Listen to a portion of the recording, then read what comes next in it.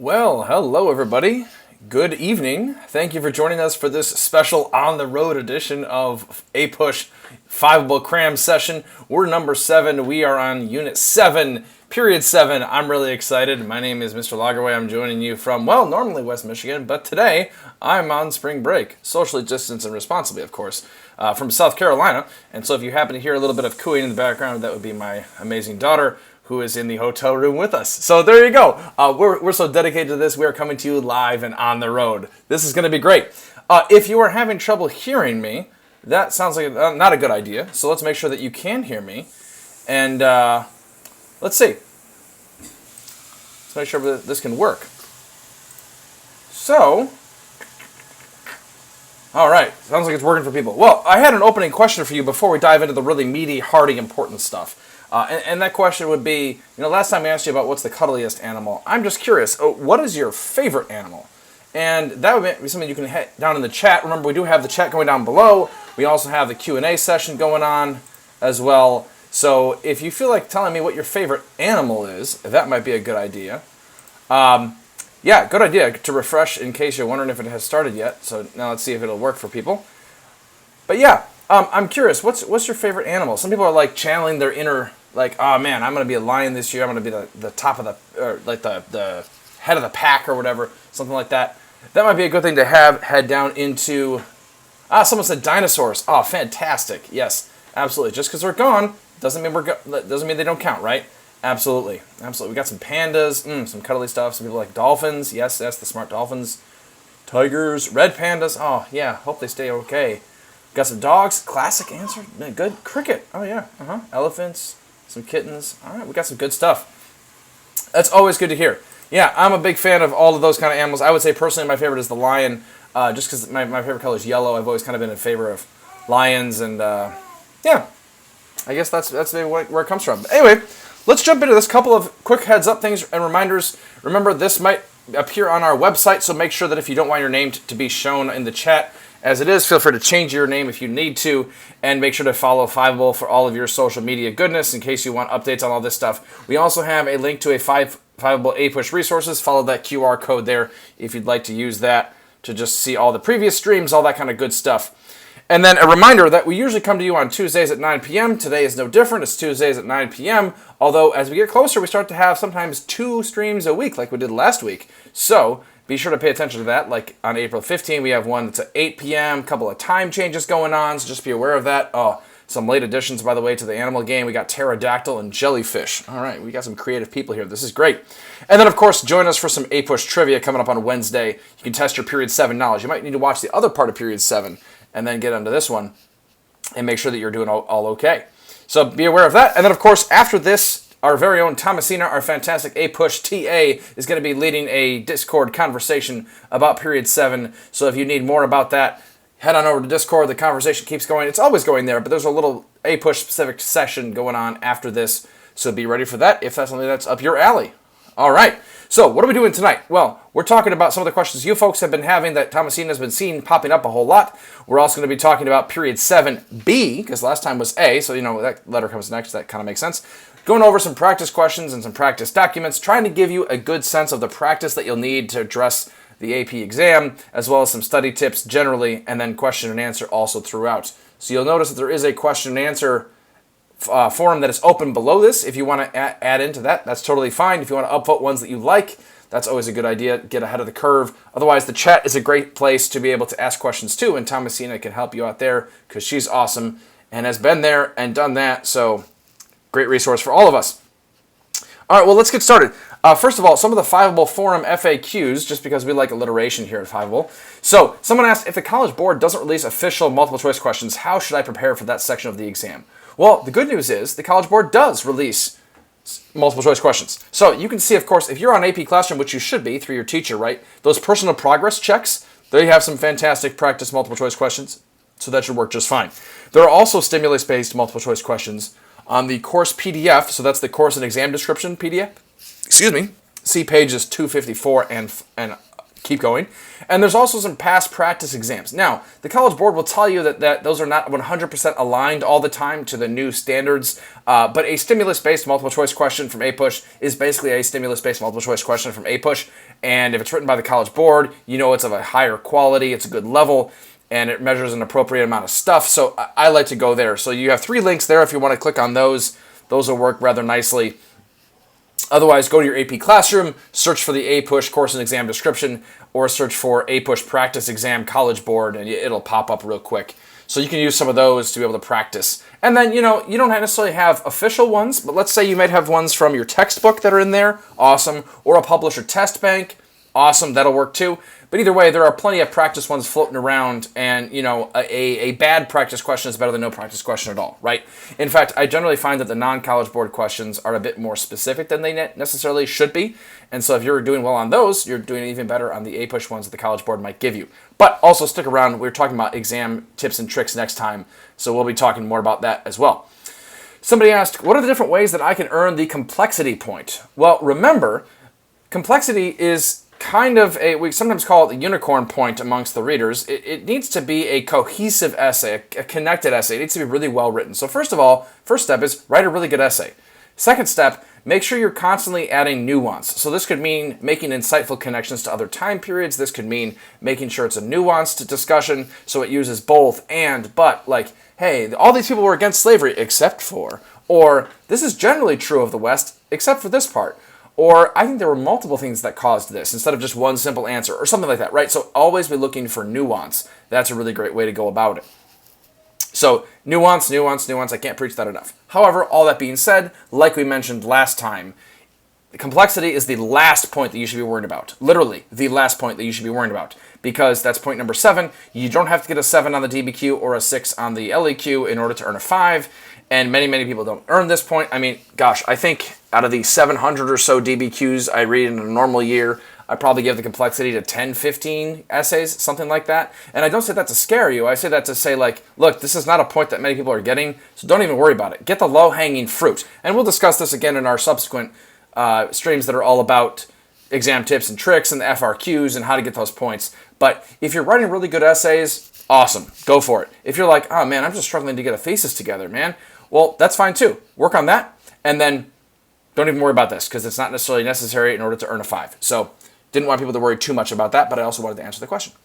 Finally, one of the questions was, do I need to write a conclusion for a free response question like a DBQ or an LEQ? The answer is no, you don't have to, but it's a great chance to restate your thesis. Remember, the readers, like myself, are allowed to give you a thesis point for a thesis that exists in 2 places, the intro or the conclusion, and the conclusion would be your final paragraph, so restate your thesis, and that's a great way to earn that point. Another way to think about it is that your essay might have kind of changed as you go through it, and let's be honest, it's a rough draft, right? So we understand that that's the case. So sometimes it could be that your essay is changing as you write it, and by the time you get to the end, your thesis has changed from what you initially set it up to be. So yeah, go ahead, restate that, and then make sure that your thesis reflects what you actually wrote in your essay.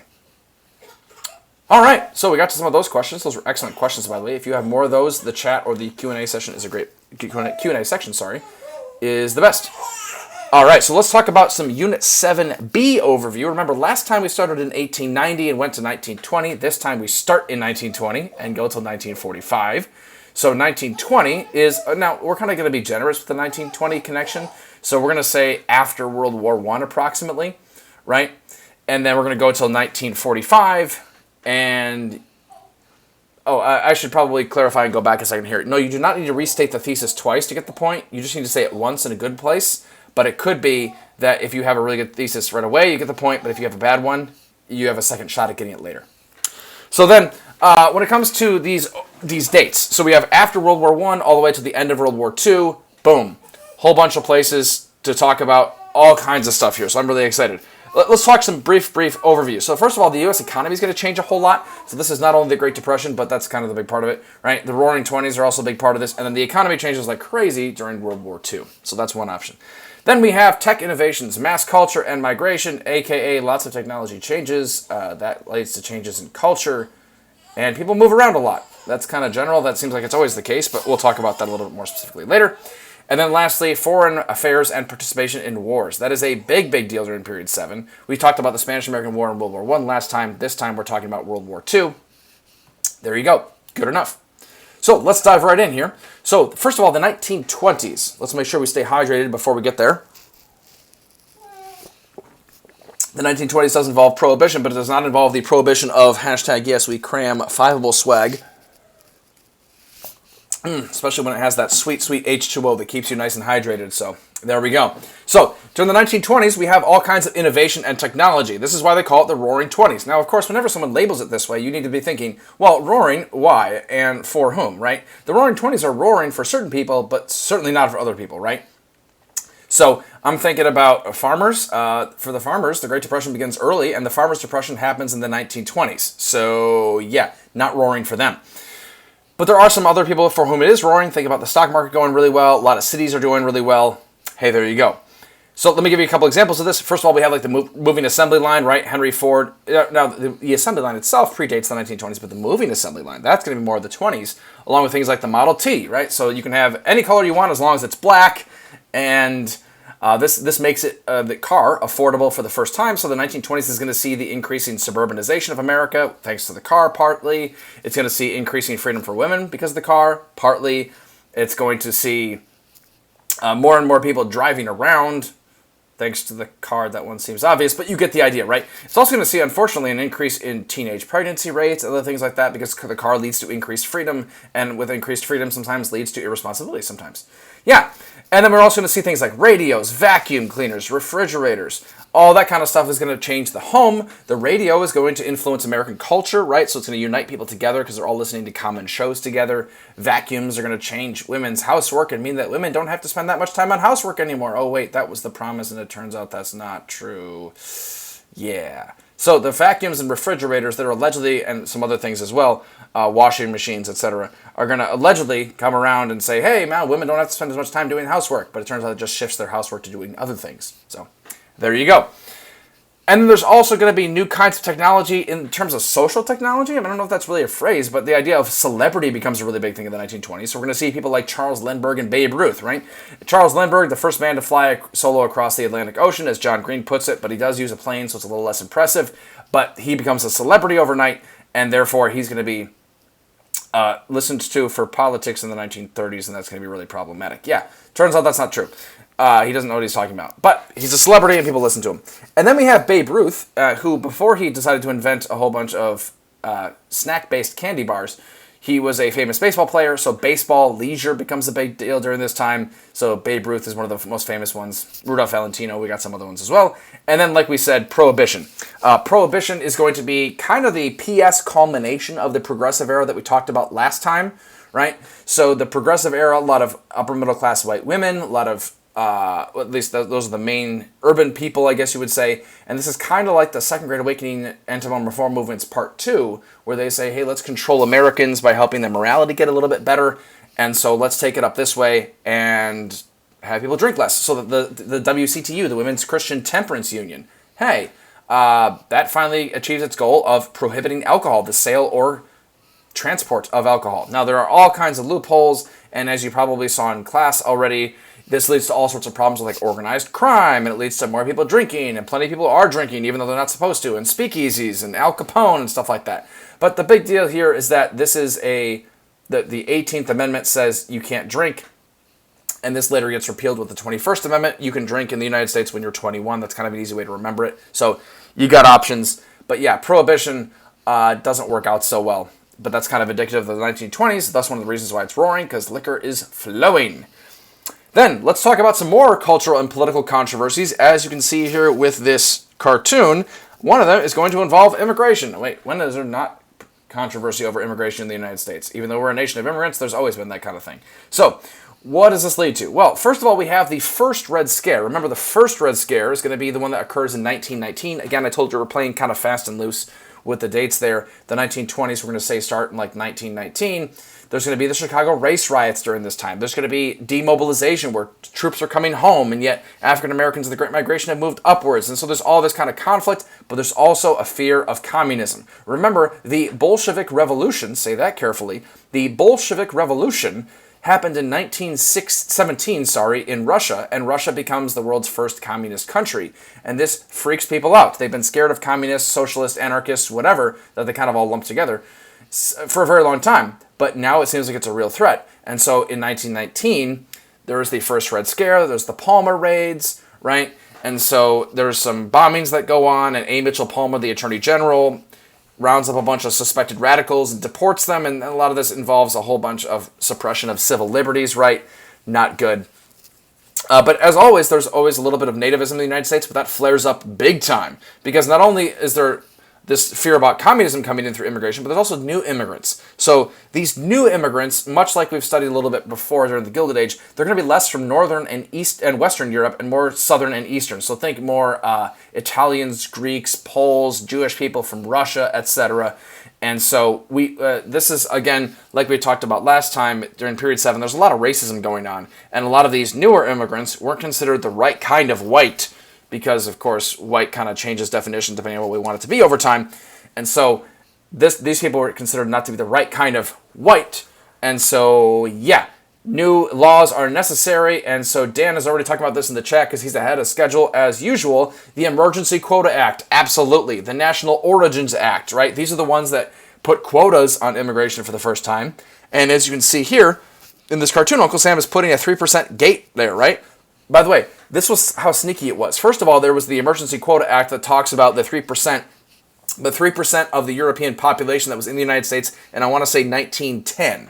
And so the idea is that you move it back a little bit and you say, okay, according to this census, let's have 3%. So if there were like 100 immigrants from Luxembourg, then you can have 3 immigrants from Luxembourg come in every year. Well, then they decided that wasn't quite wasn't quite right. Ooh, little Freudian slip there. Yeah, they decided to make it even more exclusive and even more racist, and they said, okay, let's back it up to 1890 when the United States was even whiter, and let's also bump it down to 2%, and that's the National Origins Act that says, okay, only 2% of immigrants who were here in 1890 can come over. So now we're not so concerned about the Greeks and the Polish people that were here in 1910. We're moving it back 20 years when it was more Northern and Western Europeans. So again, lots of all kinds of racism going on there. Hopefully I don't sneeze this time. There were also all kinds of movies going on, right? I mean, you probably talked about Birth of a Nation, right? That's the one that makes the KKK out to be the... Wait a minute. The heroes of Reconstruction? Yeah, this was really bad history, but the Birth of a Nation came out during this time, and it was a smash hit. It's the most successful silent film of all time. Yeah, it does not go well. It's going to be picketed. It's going to be demonstrated against by the NAACP, But, yeah, very, very popular, and unfortunately skews a lot of the history for a lot of people for a long time, and actually leads to the resurgence of the KKK, which we'll get to a little bit later. So the second KKK comes around during this time. On the positive side, there are things like the Harlem Renaissance. Remember, as African Americans were moving north in the Great Migration, there were flowerings of culture happening, especially in New York. So this is going to be like Langston Hughes and all kinds of music and poetry and dancing and art. It's going to be fantastic stuff. So that's pretty cool. But there are also going to be people like Marcus Garvey who institute their whole Back to Africa movement, where they say, look, the United States is just too racist. Let's just go back to Africa and deal with black people because these white people are too racist. Not super popular, but it is a movement. It is a movement. And then we're also going to see women, of course, getting involved in things like flappers. So the new flapper woman is going to have short hair, short skirt. She might go dancing. She might go drinking. She might smoke a little bit. She might be choosing her sexual partners. And she might be sort of living her independent life, not married, working in a factory, and doing her own thing. This was seen as very controversial at the time, as you can imagine. And it does correspond with the 19th Amendment, where they get... where women get the right to vote in 1920. So flappers become sort of a quintessential or very good example of women getting their rights during the 1920s, and then this becomes slightly controversial. Yeah, we're also going to see things like the Scopes Monkey trial. So this one is kind of it's allegedly about teaching evolution in a public school, but remember, it really is about like an urban-rural divide. There's a lot of like intergenerational dilemmas here. And so the reason it becomes such a big deal is that the New York Times and all these other big newspapers are covering it, saying, look at all these dumb hick people from like the country. And all the hick people are like, well, look at these cities where all they do is like sleep around and drink booze all day, and they don't have any morality, they don't have any religion and all that stuff. And so there's just kind of a disconnect. 1920 census is the first time, and you should maybe be slightly familiar with this, 1920 is the first census where the United States is majority urban instead of majority rural. So the Scopes monkey trial is kind of a nice example of what that transition is going to look like, at least culturally speaking. We already talked about Prohibition, and unfortunately we already talked about the second KKK as that comes around. Remember, there's going to be a rural-urban divide this way too, right? A lot of these new immigrants are moving into cities, and the KKK is going to flourish in rural areas, although not exclusively, of course. You've probably seen that famous picture of the KKK marching up and down Pennsylvania Avenue, hoods up, which is just, absolutely mind-blowing and horrifying. So, a lot of cultural and political controversies in the 1920s, and let me give you a practice multiple-choice question. So here we go. Take a look at this cartoon here. It's called A Finer Screen Needed. Got some captions there in case you need to be able to read about them. The opinions expressed in this 1904 cartoon contributed most directly to U.S. involvement in World War I, quotas for immigrants based on nationality, protests for women's suffrage, or restrictions on Chinese immigrant labor. I'm going to open up the poll for you after I give you some time to look at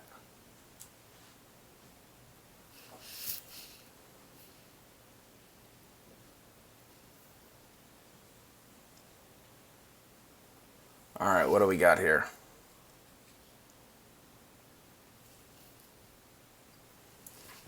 Is it going to be A, B, C, or D? We got some votes coming in. Excellent, excellent. Some people are voting quickly. Some people are taking their time. I like it. I like it. Sorry about that. By the way, we're going to test out a whole new way of interacting with this a little bit later when we get to some of the FRQs. So stay tuned. We got a special surprise for you later when it comes to answering some of these questions. I'm excited about it. All right, here we go. Let's see what you folks answered. By a large majority, many of you said letter B. 93% of you said letter B. Nice job. And the correct answer is indeed letter B. So there we go. 1904 is before U.S. involvement in World War I, but you correctly surmised that it had nothing to do with that. Quotas for immigrants based on nationality is going to be kind of what they're talking about here. Notice it's talking about emigration, undesirable immigrants. I'm a little bit confused, by the way, why they're talking about immigrants here, because wouldn't they be immigrants if they're coming in? I guess they're immigrants from Europe and they're immigrants to the United States, so it depends on what perspective the cartoon is from. But then notice a lot of them are labeled paupers, criminals, illiterate. They're all negative labels for these immigrants, and so the person who's drawn this cartoon clearly does not like them. Let's go on to the next one, and I'm going to hide this one and bring up the next one. Question number 2. The opinions expressed in this 1904 cartoon are most similar to attitudes toward A, the English in the 1740s, B, the Irish in the 1840s, C, the Dutch in the 1780s, D, the Swiss in the 1930s. What do you think? The opinions expressed in this cartoon are most similar to attitudes toward which other group in which decade? The poll should be open again for you. And again, the College Board loves to ask questions like this, right? This is a comparison question. So the idea here is, can you make insightful connections between different time periods? The voting is coming in here. The opinions expressed here, which we talked about last time, would mean anti-immigrant, more nativist sentiment, are most closely tied to or similar to which other ones? Hey, we got a vote for each letter so far, at least one for each letter so far. That makes me feel good as the person who wrote this question. That makes me feel like I made a legit question that wasn't, it didn't have a whole bunch of clunker answers in the middle there. So that's good to know. Okay, let me go ahead and close it off so we can move on, and let me show you what you folks answered. It looks like most of us answered B, and that is good because B is the correct answer, absolutely. So A, the English in the 1740s, pretty typical. Many people were English at this time, and English people were pretty much always accepted by other English people. Obviously, they had some problems with Native Americans, but not in a period of intense immigration restrictions or nativism or anything like that. The Dutch, same thing. The Swiss in the 1930s, I'm not really sure what that was about. I just kind of made that one up. But the Swiss aren't really ever a problem in U.S. history. And the 1930s don't see a particular bent toward immigration either. But the Irish in the 1840s, remember, this is when nativism gets so bad, they start the Know Nothing Party, right? So there is a bunch of nativism going on there. So, yes, the Irish in the 1840s. All right. Well, nice job, folks. Nice job. Different kinds of waves of immigration. We'll talk about that a little bit more later. All right, then let's move on to the 1930s. So first of all, we have the Great Depression. All right. Kind of depressing topic, but we'll move forward. The Great Depression. There are various causes that you should be aware of. Remember, the stock market crashes, but of course not that many people own stocks, so that by itself doesn't do it. There are a whole bunch of bank failures that are occurring, and this is all in 1929, 1930, thereabouts. Overproduction, right? There's farmers making too much. There's other companies that are making too much. A lot of it was set up during World War I, and then suddenly, once Europe gets back online, there's an overproduction, which means that they can't sell the items, and there's all kinds of problems there. There's also going to be underconsumption, kind of the other side of overproduction, two sides of the same coin. And then characteristics of the Great Depression. Well, remember, unemployment gets terrible during this time. 25% unemployment. That's not good. And you've maybe recalled during COVID last year when the spike went up really high, it approached these kinds of levels, but it was saying maybe like, a couple of weeks, about a month or two, but certainly not over years and years and years. I mean, this is talking about almost a decade-long economic downturn. Remember, a depression is a drop in GDP, or gross domestic product, for 2 consecutive years. So this means the U.S. economy shrank for 2 consecutive years. That's not good. And absolutely, there was too much credit. So one of the reasons so much unemployment happens is there's too much credit during the 1920s. Think speculative bubbles, people buying based on credit, margin buying, etc. And so once that happens and people need to pay back their debts and they can't, a whole bunch of firms get closed, a whole bunch of businesses go out of business, and they have to start laying off people. There's even deflation. It's just not good. Not good. We got the Dust Bowl. Remember, the Dust Bowl is hitting farmers in the Oklahoma type area. We got those Okies moving out to California, the Grapes of Wrath, etc. And then there's the Bonus March. Remember, the Bonus March is a whole bunch of World War I veterans who were promised a bonus in the 1940s, but they're like, hey, we need this now because there's a Great Depression going on. Give us our checks now. They protest. They get beat up. There's a rather interesting parallel there to the January 6th insurrection at the Capitol, where there's police and protesters, and the protesters turn into insurrection stuff. But is it really? And there's fights breaking out and stuff like that. Obviously, January 6th was a big insurrection. This was more like, hey, they are World War I veterans, and they'd like to be paid, and then this makes Hoover, the president at the time, look really bad. So he says in the army, and so there's some definite differences there too, but just protesting on the steps of the Capitol building. Hoover basically says, go away, exactly. And then that makes Hoover look really bad, so Hoover loses in the 1932 election to FDR, and FDR, yeah, he is a better president than Hoover in terms of what people wanted at the time. And, you can do your own historical analysis there. But the idea there is that Franklin Delano Roosevelt is actually going to try to do a whole lot more, although it didn't seem like he was going to do that right away. So, those presidents, I would know them during the Great Depression. That would be a great idea to be able to be familiar with. Then we delve into a little bit more of FDR and his New Deal. That's his plan for solving the Great Depression. You should be familiar with this in a variety of formats. So first of all, we're going to talk about this more next time in terms of what are the dates you should be aware of, but I would know that the New Deal starts in 1933 as soon as FDR takes office. In fact, this is where, if you've been paying attention to the news and you hear about Biden's first 100 days, this is where we get the idea of 100 days, the first 100 days of a presidential administration mattering a whole lot. So FDR takes office, he and Congress then begin to pass a flurry of laws trying anything to address the Great Depression. Try anything, hope that something sticks. Some examples. There is a banking holiday. First of all, FDR says, look, the banks are failing. We need to make sure that they're healthy. So we're going to inspect all the banks, and then we are going to let only the ones that are healthy reopen.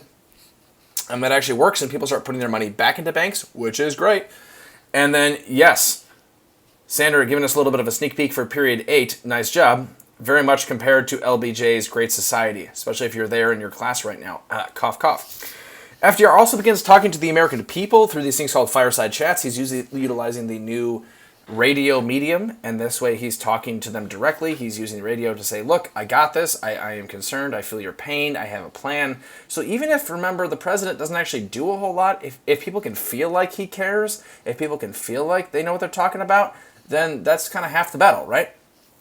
So fireside chats are also one of his tools to be able to address the Great Depression.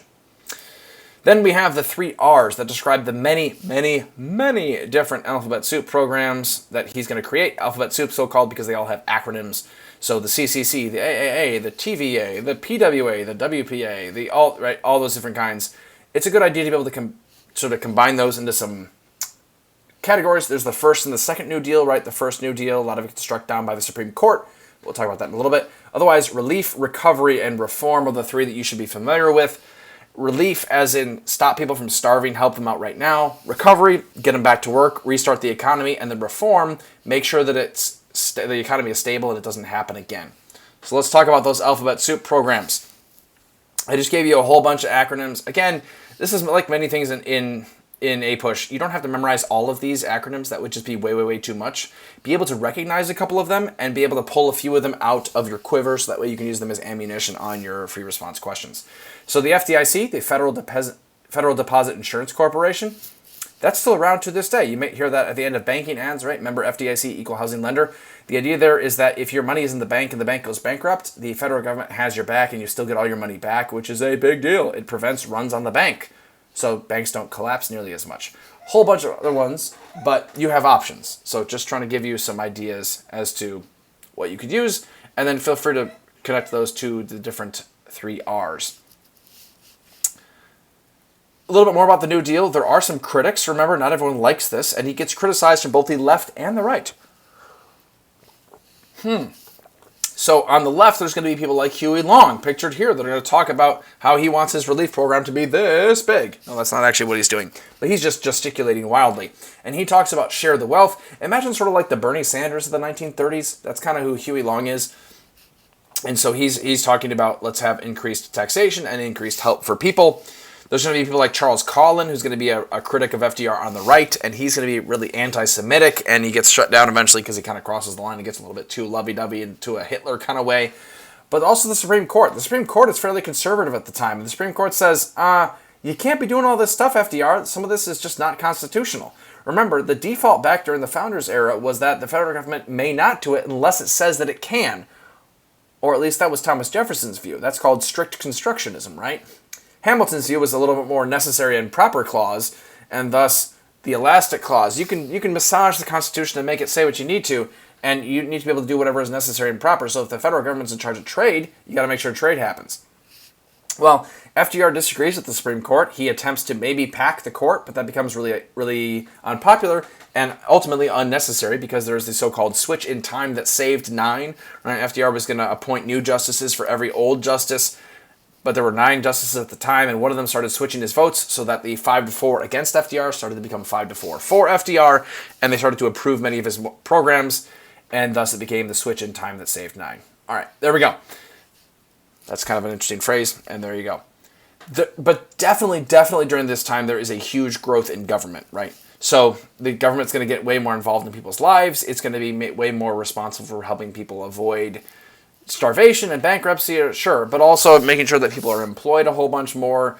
There's going to be more government regulations, and this starts the so-called New Deal government and the New Deal coalition, which is going to be a really, really big deal long-term because, of course, the New Deal coalition is going to involve black people voting for Democrats. It's going to involve blue-collar people voting for Democrats, and all of this is going to last for much of the 20th century, some of which is even true to this day. So the New Deal coalition, this is start, by the way, when the American politics begin to switch, so that way when we think of nowadays, we think of like liberals being Democrats. This kind of starts to be that time. Not all Democrats are liberal, not all liberals are Democrats, but FDR is a liberal Democrat, and so he starts to shift the party so that way the Democrats are going to be the party of bigger government, at least somewhat. Keep in mind, of course, a lot of this is still racist, and the Southern Democrats, who are very conservative, especially on race, are going to be making sure a lot of the New Deal is administered locally, so the New Deal is actually fairly racist and does not help African Americans in a variety of ways. Just keep that in mind for a little bit later. And yes, when I said stream on the road, you thought I was literally going to be in my car with my kids, but that doesn't seem like it would be a good idea for my data or for our safety. Got to keep my eyes on the road, especially as you're winding up and down those mountains. So there we go. So the party switch partly happens here because FDR is a liberal Democrat and he's the president, so he's kind of the head of the party. Now, this is not the be-all, end-all. There's still liberals and conservatives in both of those. But we're going to see that start to shift in the 1930s, but the real shift in parties is going to occur in the 1960s and 70s, thanks to Lyndon Johnson and the civil rights movement. But stick around, we'll talk about that later with period 8. So we're starting to see the New Deal coalition start to be a thing. All right. Let's talk about now this practice question. We can make this an LEQ or a DBQ. We can evaluate the extent to which the Great Depression changed U.S. society between 1929 and 1941. So this is basically talking about the Great Depression. It just talked about the Great Society. So how did the Great Depression change U.S. society between 1929 and 1941? Well, I'm kind of curious if we can use this. Let's test it out, see if this works. So go to menti.com. This could be on your device of choice. Maybe it's the one you're watching on. Open a new tab. Don't close me out. Just open a new tab. Or maybe you have a phone that could work on that kind of thing. We'll see. Go to menti.com, menti.com, and use the code that's at the top there, 96888400. And then you're able to answer, using your own typing, what sort of vocab could we use for this Great Depression prompt. A reminder that the Great Depression prompt is evaluate the extent to which the Great Depression changed U.S. society between 1929 and 1941. Yeah, and by the way, that's just Great Depression. So what kind of things would work for the Great Depression, changing U.S. society? What sort of vocab? Go ahead and add some stuff in there. And let's see what we can do. I'm kind of curious to see how this is going to work. We have not used this particular tool before. We start to see some popping up. You're able to answer more than once. You're able to give me multiple words along the way. Let's see what we got.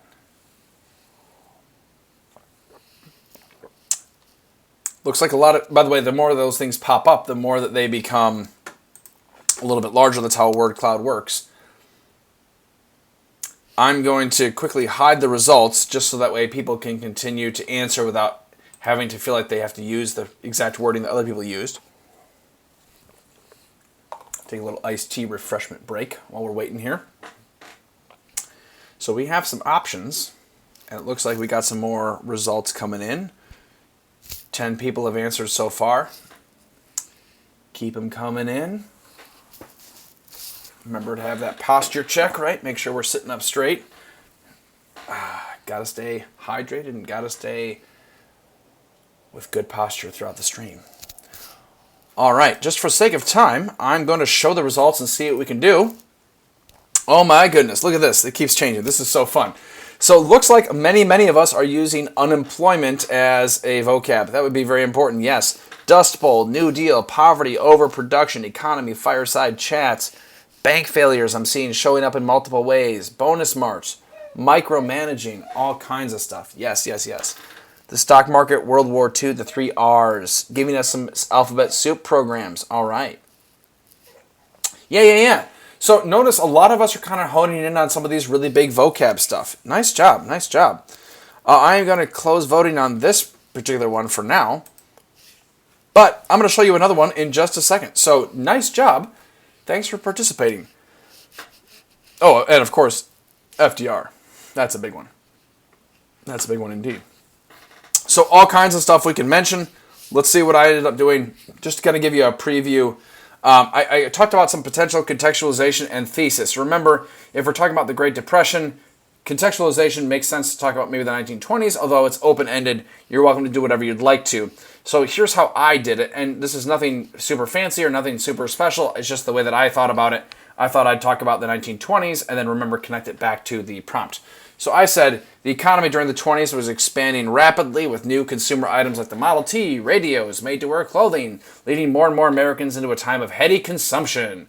Much of this growth, including that of the stock market, was built on credit, as Dan mentioned earlier, and thus vulnerable to economic downturns. Such a downturn occurred in 1929 when the stock market crashed on Black Tuesday, and the banking collapse happened soon thereafter, starting the Great Depression. So now I've moved into the Great Depression. That last sentence is highlighted in a different color because it's not necessarily my contextualization, but it certainly is my transition into my topic at hand, which is the Great Depression.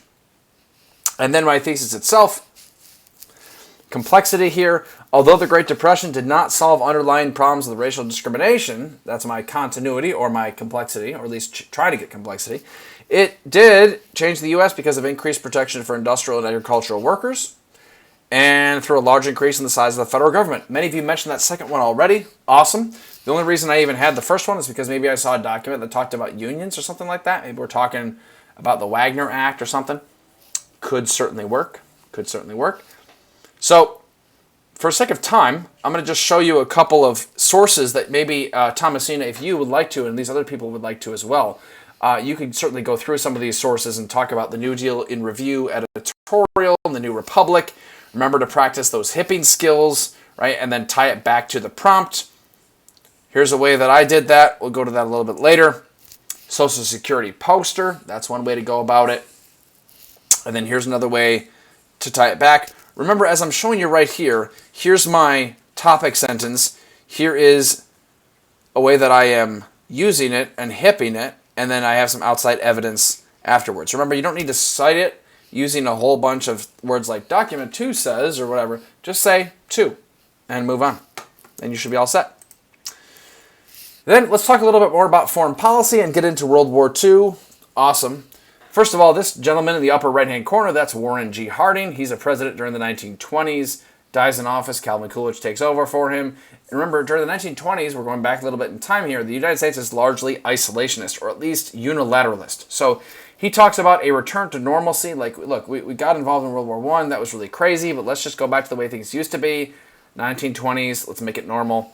So we do things like sign treaties, like there's the Washington Naval Conference, the Kellogg-Briand Pact. Those are just a couple of examples you could maybe be familiar with, especially if they show up on a DBQ. But the idea there is that the United States is signing treaties to try to limit the amount of firepower around, try to make sure peace happens, and we're not really getting involved in entangling alliances. Remember, we don't join the League of Nations. We don't sign the Treaty of Versailles. There's even things like the Dawes Plan, where we are involved in other countries, but it's largely just giving money loaning money to Germany so they can pay back the Allies so they can pay us back, and it's this big triangle of money that gets sent. Don't confuse this with the Dawes Act, by the way. That's the Native Americans, but this is the Dawes Plan. So be aware of that and how the Dawes Plan is going to, well, collapse once the Great Depression comes around. FDR is going to institute some new changes. FDR is a big change. Think of things like the Good Neighbor Policy. The Good Neighbor Policy is when FDR says, hey, we've kind of been mistreating Latin America thanks to the whole big stick, Roosevelt corollary to the Monroe Doctrine, stuff like that. And so let's try to be better to them. We'll see how that goes. There's also the Neutrality Acts during the 1930s as Japan begins to rise, as Hitler begins to grab for more and more power. The U.S. Congress and people say, let's not get involved in another foreign war. So how about we pass the Neutrality Acts that say we cannot trade with belligerents, aka people involved in the fighting. Remember, this is how we got involved in World War I. Don't want to have that happen. So FDR has to try to work around those once England gets involved in World War II. Once World War II starts in 1939, the United States wants to help England. It does not want to help Germany. Sorry, Charles Lindbergh. But FDR has to try to get around these Neutrality Acts. So they're going to pass things like cash carry, where the British have to actually pay cash up front instead of borrowing money. There's the Destroyers for Bases deal. There's the Lend-Lease Act. And a lot of this is opposed by people like Charles Lindbergh and his America First group that say we need to focus on ourselves and stop helping England and not worry so much about Hitler. Turns out there are a lot of Nazi sympathizers in the United States, which is quite scary. And FDR knows this, so he tries to fight back while also being rather sneaky about getting around those Neutrality Acts. Well, then we actually do get involved in World War II. And as you know, the U.S. gets involved in World War II because of Pearl Harbor. That would be December 7th, 1941, a date which will live in infamy. The United States was suddenly and deliberately attacked by air and naval forces of the Empire of Japan. Right? So, the United States gets attacked. We join World War II. Hitler declares war on us for some reason, and then we declare war on him too. One of his biggest mistakes. And then involved in World War II. which means we have to mobilize for war. Remember, the United States typically does not like to have a large standing army. We don't like to be spending a lot of money on the military before World War II anyway. And so we need to mobilize. So this is going to involve making ourselves the arsenal of democracy. This means cranking out Liberty ships and jeeps and tanks and all kinds of stuff. Liberty ship would just be one example. And Liberty ship would be the idea of cranking out ships that are really, really fast to make. Turns out they last a long time too, which is pretty cool. FDR talks about his 4 freedoms. What are we fighting for? Remember, this is freedom of worship, of speech, from want, and from fear. Something like that. There is a lot of bonds and rationing going on the home front, much like with World War II. A lot of women get involved in factories. Notice we got a woman working. She's doing some riveting jobs right there, too.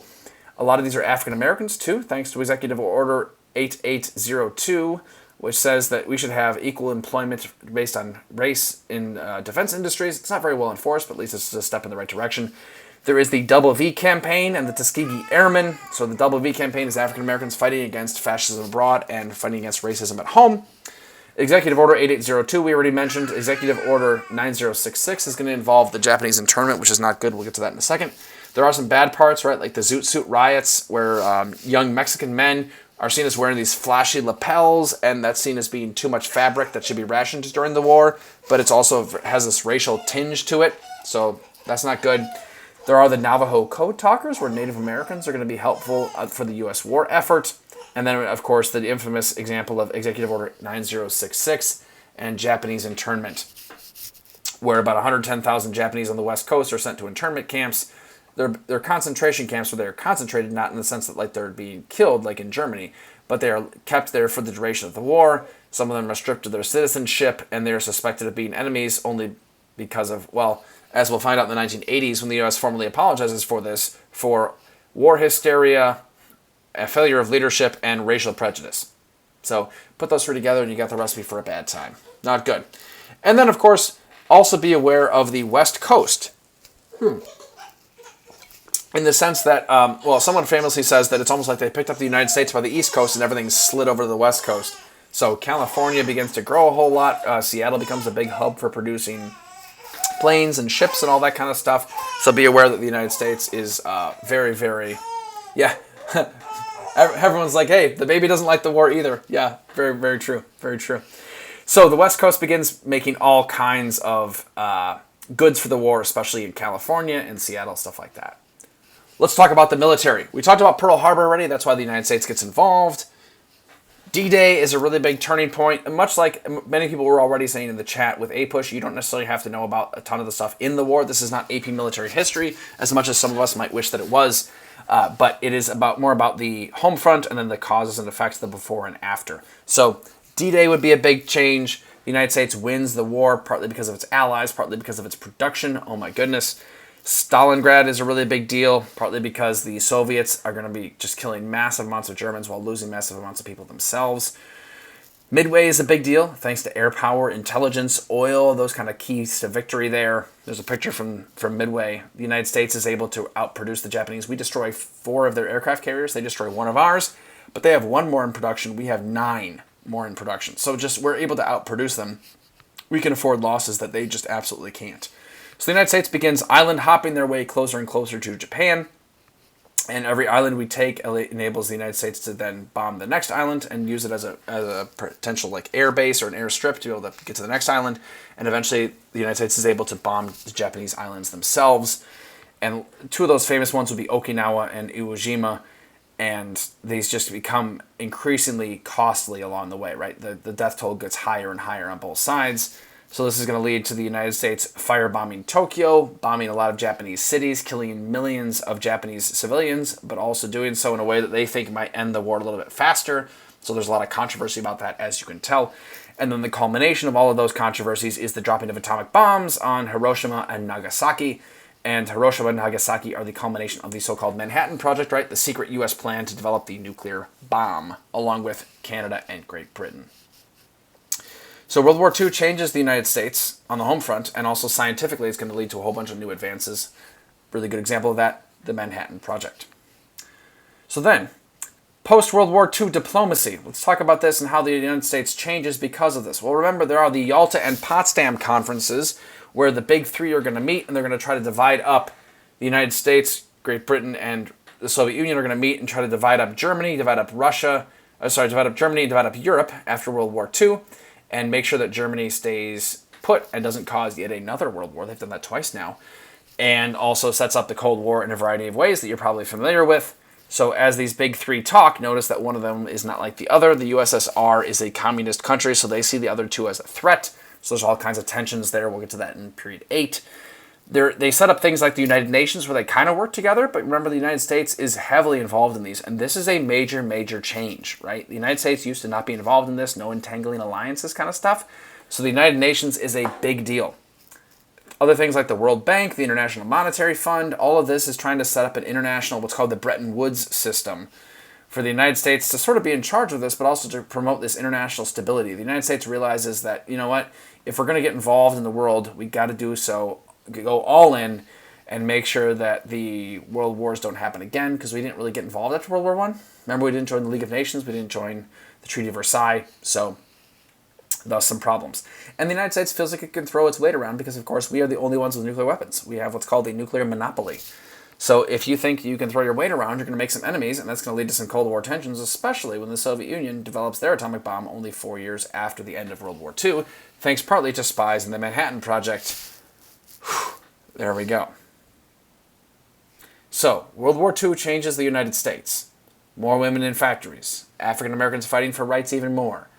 New production, new locations of production, new technology, new foreign policy, new science and technology. Be aware of all of those things. World War II changes the United States in a variety of ways. So, you could practice some of these, by the way. Unit 7B, practice short answer questions.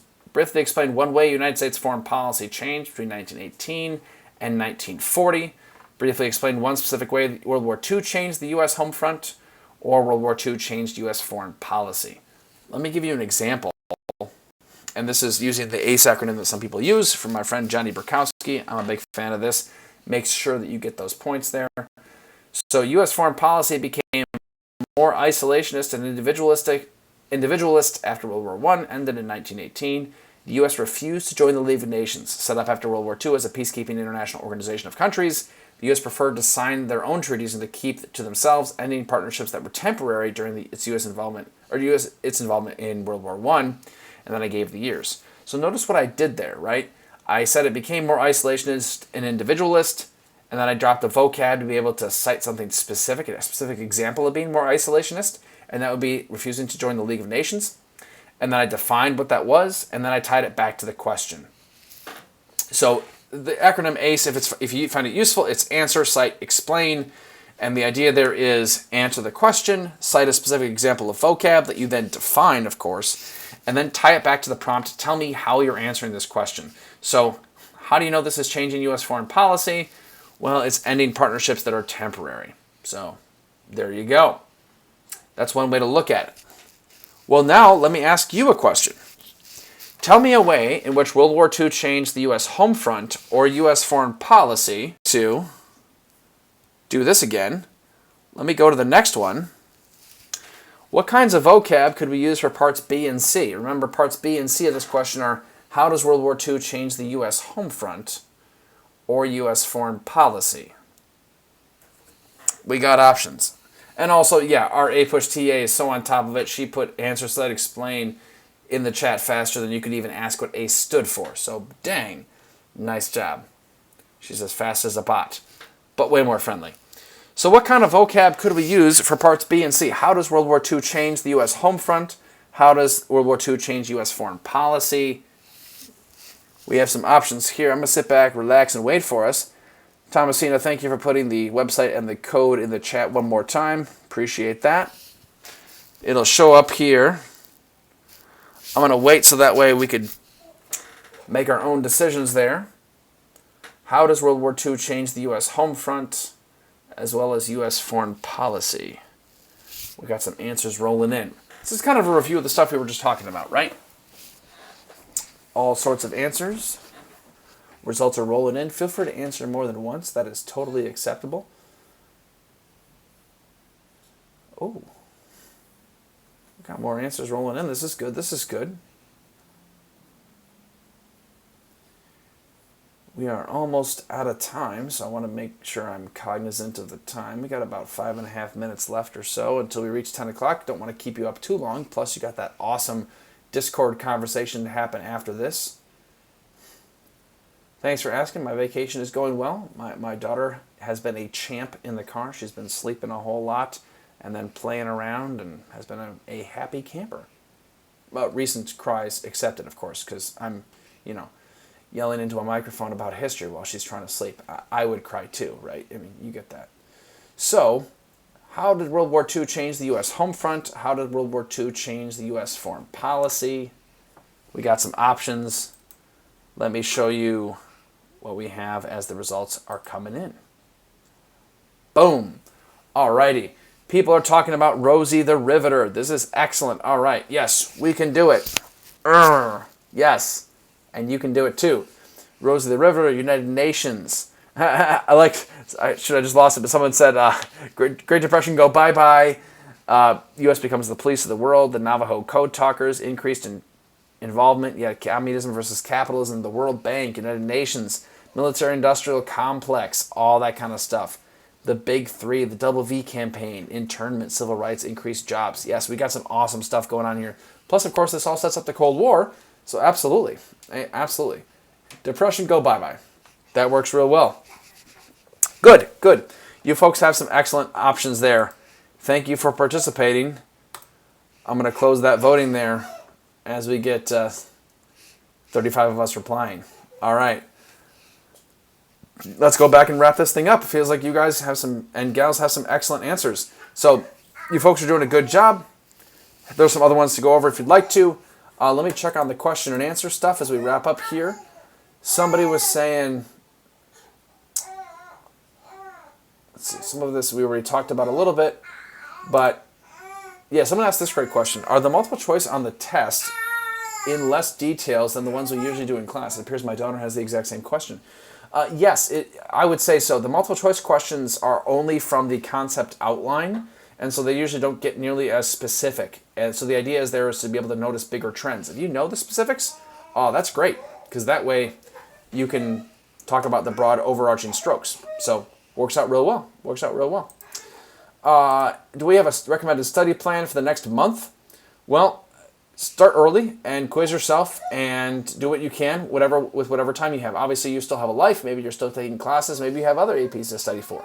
But the idea there is, yeah, you want to be able to start early if you can and study the things, quiz yourself on the things so you can figure out what you know and what you don't. It's always a good idea. Maybe plan out some essays, maybe do some spider charts, something like that. So that way you can make some connections between items. That's always a really good way to study. And then Monica asked a great question that we're gonna turn this into some AP Econ here. But I have no concept of what the stock market crashing even means. I've just remembered it for the tests. Yeah, we don't need to worry about that too much for history, unfortunately. But let me just say it this way. So the stock market is sort of a measure of how valuable companies are and whether people think those companies are going to continue to be valuable. And so the idea during the Great Depression is that many people thought that the companies were about to fail, and that meant that they did fail. And so thus the stock goes down, and the stock market is sort of an overall measure of many different important companies. So yeah, the stock market is kind of a mysterious thing, but we'll just leave it at that for right now. Let me go back and leave you with a few things. Remember, as you're studying, I always like to push the historical thinking skills like contextualization, compare, contrast, causation, change in continuity over time. Always a good idea. But then we'll talk about that a little bit more later next time. After the Unit 8 and 9, after those, we're going to talk about some tips and tricks for taking on the exam itself. Always a good idea to use active recall, meaning quizzing yourself. So that could mean like using some flashcards. Maybe it's using a Quizlet, something like that. Up to you. And then, of course, watch Fiveable. I mean, we're here for you, right? I mean, we take this show on the road. That's how much we're here for you. So keep watching these. You can watch these at any time, so you can go back and review periods 1 and 2 together, or period 3, 4, etc. Whatever you need to would be a good idea. Again, I always like showing you the visual of the historical thinking skills. You've seen these before. Giving you a couple for Unit 7. Compare, contrast, let's say World War I, World War II. Talk about the effects and causes of immigration. Talk about industrialization or nativism. How about women's roles, like the WCTU, and then we have Prohibition, and then we have flappers, right? There's a whole bunch of stuff going on. And then some practice problems here, just kind of some options using the different historical thinking skills. Ways to compare and contrast different things, some ideas for some causation questions. These are kind of maybe potential essay questions or just ways to quiz yourself and make sure that you know those overall topics. Great way to quiz yourself and to think about things.